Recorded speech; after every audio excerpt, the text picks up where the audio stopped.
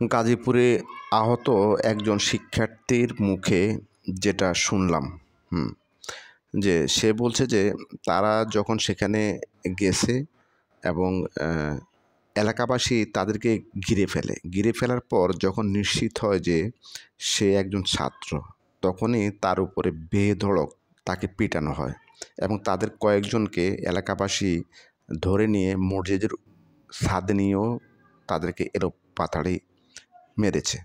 তো এখন বিষয়টা হইলো যে ছাত্র বললে তো মারার কথা না, ছাত্রকে তো কেউ মারবে না।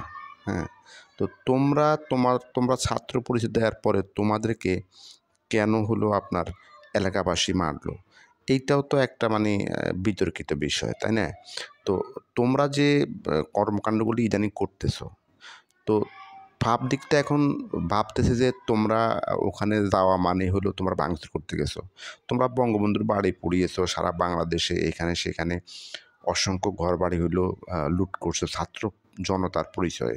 তো তখন তো তোমাদেরকে কেউ কিছু বলে না, তোমরা কোনো মানে ফাঁকা মাঠে গোল দিয়ে চলে আসছো। তো এখানে মাঠ ফাঁকা পাওয়া নাই, এই জন্য ধরা পড়ছে। এখন তোমরা বলতেছো যে তোমরা ওখানে নাকি মানে তাদের বাড়ি পাহারা দেওয়ার জন্য গেছো। তো এখন ভালো সাজার দরকারি, ভালো তো আরও 2 দিন আগে তোমরা সাজতে পারতা যে আমরা কেউ না, এই কাজগুলি আসলে আমাদের কাজ না, আমরা এগুলো করি না, এগুলি হলো অন্য মানুষজন করতেছে। কিন্তু তখন তোমরা কিছু না বলে এখন কেন ভালো সাজতে আসতেছো? ভালো তো আরও আগে সাজতে পারতা। সব কিছুর ক্রেডিট তো তোমরাই নিছো, তোমরাই নিতেছো।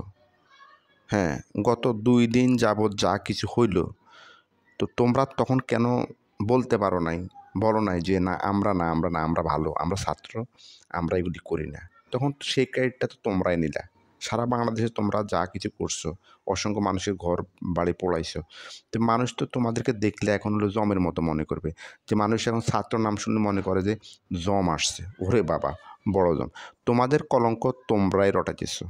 আর তোমরা হলো এই রাত্রে 11টা 12টা 10টার সময় মানুষের বাড়িতে কেন? তোমাদের নামের সাথে বুলডোজার শব্দ আসবে কেন? তোমরা কার কথা নাচতেছো? এগুলি কিন্তু ভালো না, এগুলি মোটেই ভালো না। আমরা কিন্তু এগুলি আশা করি না। আল্লাহ হাফেজ।